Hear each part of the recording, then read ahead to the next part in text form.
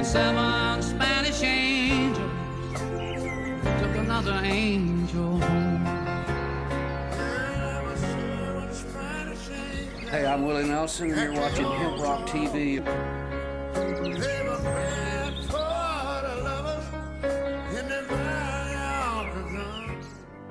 We don't run, and we don't compromise, we don't quit, we never do.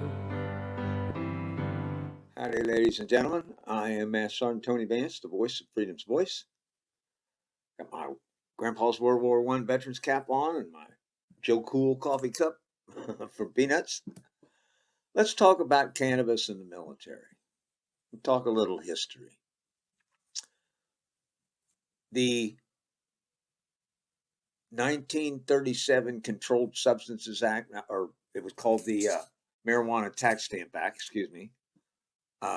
that made marijuana illegal, was declared unconstitutional in 1969. And after that, members of the military, a lot of guys started using it. Quicksilver Messenger Service had a song titled "What About Me" on one of their albums. It was about they actually mentioned marijuana smokers in the military, cannabis users, and it was kind of like that. I was sent to somebody turned me on, and when I was stationed in Michigan, and I was sent to Germany in 1970. And when I got there, everybody was smoking hash. I mean, most of the guys, it was a weird thing. The older guys were alcoholics and did all the drinking, and the younger guys were stoners. It was kind of like that. But they encouraged us to go to the concerts and mix with the young Germans, and all that. And marijuana use was not really a big deal. I mean, everybody hid it. A lot of people still thought it was illegal, and maybe it was to the military. I don't even know what their position was on it at the time. But if you were in the barracks and you were like, we'd be in the barracks and in some guy's room and everybody's smoking a little bit. Uh-oh, first sergeant, what are you going to do now? He opens the door, right? And he stands there and he goes, you guys are going to help paint the barracks this weekend, ain't you? Or whatever the hell it was he wanted done that he couldn't get done normally. And everybody go, yes, sir, yes, sir. And he'd leave and come back 10 minutes later and everybody be gone and everything's cleaned up and all that stuff. It was not a big deal. We didn't destroy lives over it. We didn't imprison people, it was just like it wasn't a big deal. And then in 1970, they came with the Controlled Substances Act to replace the 1969 declaration that the old law was unconstitutional. And in the Controlled Substances Act, they made marijuana temporarily Schedule I, dangerous and having no medical value, right up there with heroin. And we all know they were waiting temporarily. They were waiting for the Schaefer Commission to come out with their report, Drugs in America. And in 1972, they did. And their report said that marijuana should be decriminalized and that drugs were a medical problem, not a criminal problem. And Nixon was bummed. He was pissed. He had other ideas about what to use the war on drugs for. And he went ahead and declared the war on drugs in 1972. Bingo. Completely ignoring the report of his own commission, the Schaefer report. Now, I was in Germany from 70 to 72. When I got there, everybody was smoking hash. And like I said, it wasn't a big deal. The first British rock concert was kind of a Woodstock thing. There's a lot of people there. And it was down at Speyer, Germany, down on the Rhine. It was really a great night. About half and half, Germans and GIs. The GIs were there to see Black Sabbath. The Germans were there to see Deep Purple. And Deep Purple actually sucked. Their lead singer, he goes up on the high notes and it cracks and it sounded terrible. But about 3 times. And the Germans were there to see them. And the GIs were there to see Black Sabbath. And if you've ever been down on the Rhine in the summertime, the moon could look absolutely huge. And it was clear night, the moon was out, and it was right behind the bandstand when Black Sabbath came on and the GIs went nuts. And it was just an absolutely fabulous night. Everybody was smoking hash and having a good time, and there was no trouble. Same thing for the second British Rock Festival. And that was held at a place called Gammerstein. That was on the Rhine. That was a huge concert. Pink Floyd, a whole bunch of people. Had a great time. A lot of GIs. What the Army GIs would do, they all have a half a pup tent in their kit. So everybody bring their half a pup tent, and you see this snake of pup tents that ran through the crowd. You crawl in one end, you crawl out the other, and you're pretty well whacked. But it was another one of those things that a great time to have for all. Nixon declared the war on drugs, and all of a sudden, in the Air Force Office of Special Investigation, they come up the Autobahn, all the air bases, they busted everybody. Absolutely everybody. And I was in the barracks, I'll be honest, I was in the barracks 10 days later looking for some smoke. I had been, long story short, I was self-medicating for problems and the PTSD actually, and the medicine I should have been using was cannabis, but I ended up an alcoholic before anybody ever turned me on to cannabis. So a lot of problems to get through there, but set that aside. They come up and busted everybody, and I was in the barracks about 10 days later looking for some smoke, and guess what? I go into the barracks, go to this one guy's room, everybody's in there snorting heroin. Now, I will admit, I ended up getting hooked for about 6 months too. Me and another guy locked ourselves up in my apartment for about 4 days with a couple 100 grams of hash. And when we come out after that 4 days, there was no more hard drugs. But in order to save my career, I had to volunteer to go to a place called the Special Treatment Center in Lackland Air Force Base. They were going to straighten out all these druggies. There were only two hardcore druggies there from Germany. All the rest, most of them were from Thailand, Vietnam. And by the time I got sent there, I had been off of heroin for a month, 2 months, I think. It was no big deal. I never liked hard drugs or pills or anything like that anyway.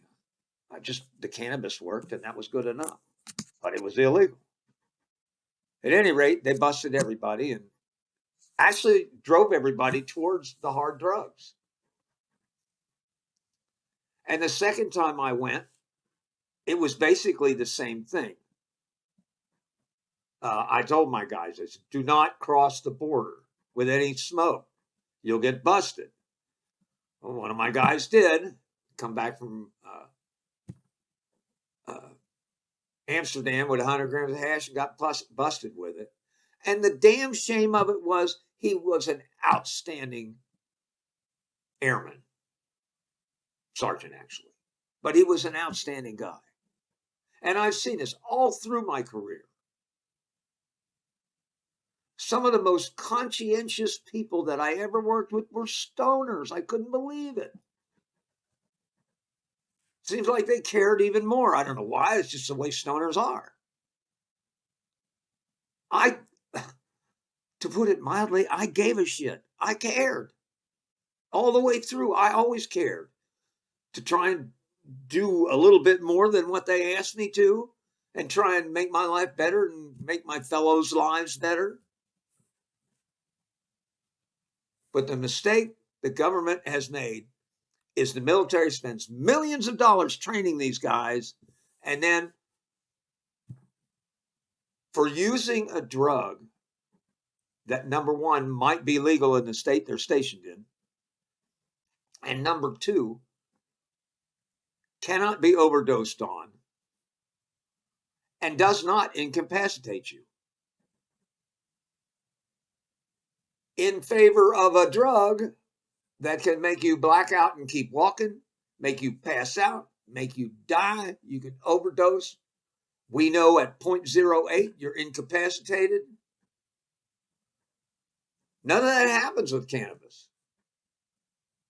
I do a gram a day, and I do some smoke during the day for my PTSD. I do a gram a day for my cancer. I'm not incapacitated. And most regular smokers are not. Most regular users of cannabis do not get incapacitated.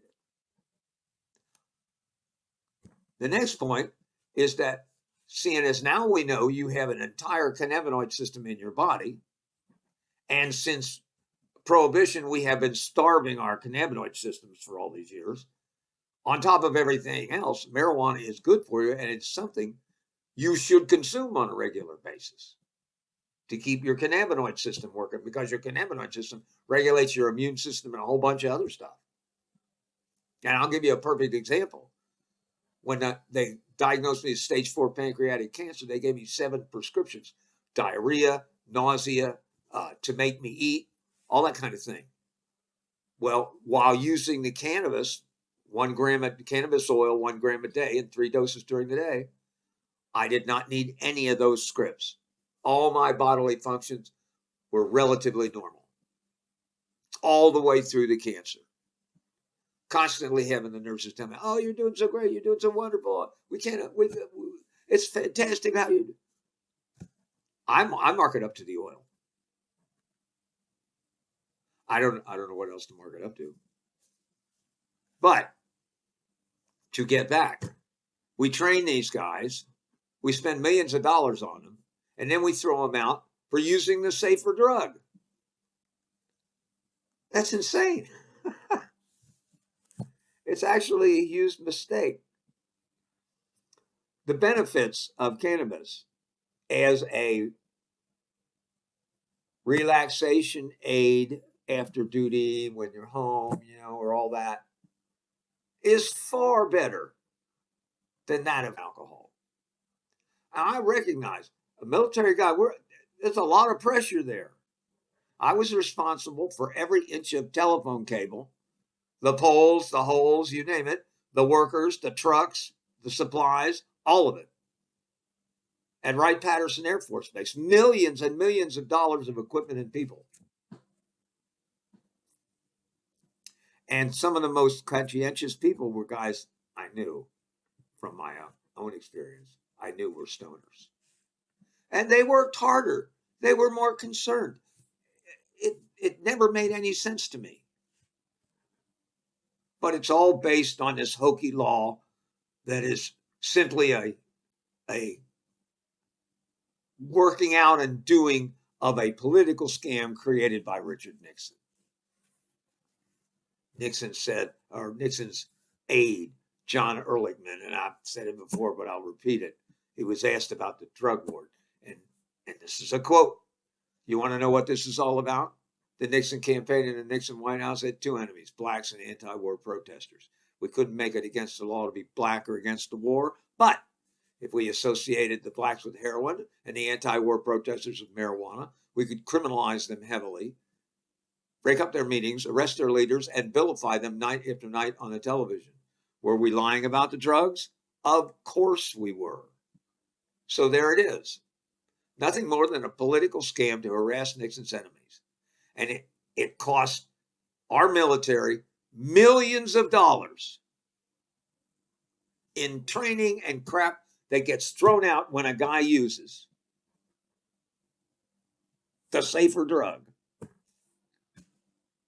based on a scam by Richard Nixon to stay in power.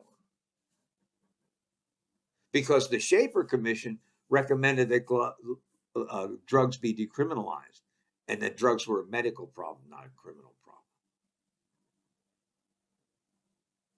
So the next question is, what is the military going to do when federal legalization falls?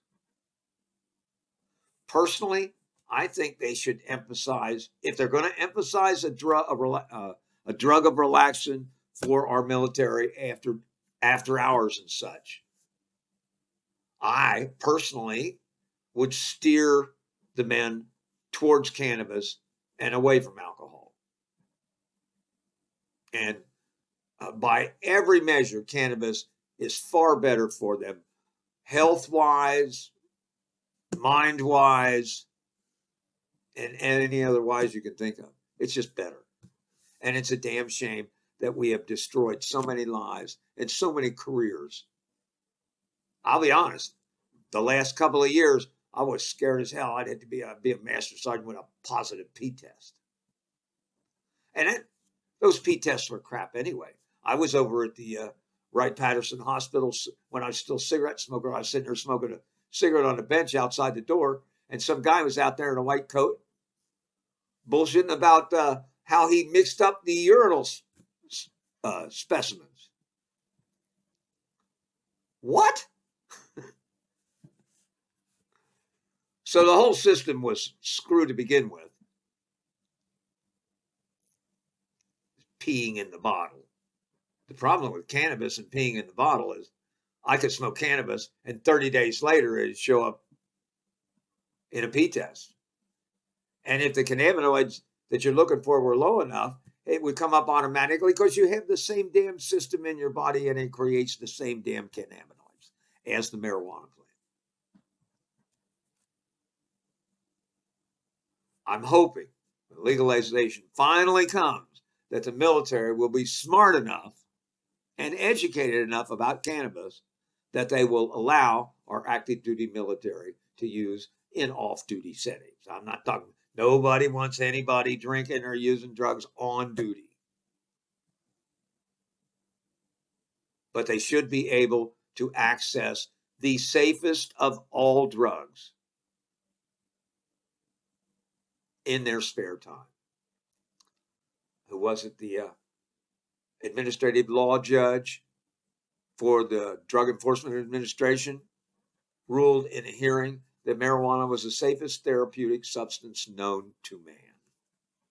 Of course, the DEA got rid of that hearing as quick as that ruling as quick as they could.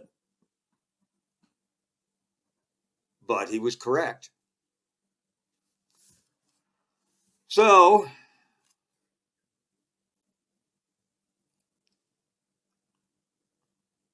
we're hoping that the military can, when legalization comes, can see to it that our active duty guys are able to access cannabis and able to use it in their spare time as a recreational drug. It's a far safer and better recreational drug than alcohol.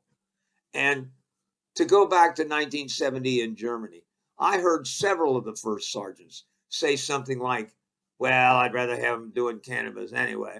Well, they would call it marijuana then. I'd rather have them doing that anyway than alcohol, because when they do alcohol, they get drunk and what did he say? Break the barracks, destroy the barracks. The last time I was in the barracks and there was an alcohol incident, the guy had busted the phone off the wall and broke a couple of doors and was going crazy because his girlfriend left him and he got drunk. You know, but the first sergeants were saying they'd rather have him doing the cannabis than doing the alcohol because they weren't violent. They didn't get violent or crazy or do stupid crap. But anyway, like I said, when the feds do legalize, I hope that the military is smart enough about cannabis to realize it's the safer drug for recreational purposes for our military, and they should be allowed to access it and use it. And that's it. Hopefully Kentucky will wise up. They're still fighting legalization. I imagine it's to protect the bourbon industry, but who knows? Anyway, that's it for this time. Hopefully the military will wise up and allow our veteran or our active duty to access cannabis, and at the same time allow the VA to begin to prescribe and provide it as they should. That's it for this time. Still on the oral chemo. We'll see what happens. Y'all take care. Hi, I'm Willie Nelson, and the Willie Nelson Teapot Party and I endorse Veterans for Medical Cannabis Access. Just roll me up and smoke me when I die.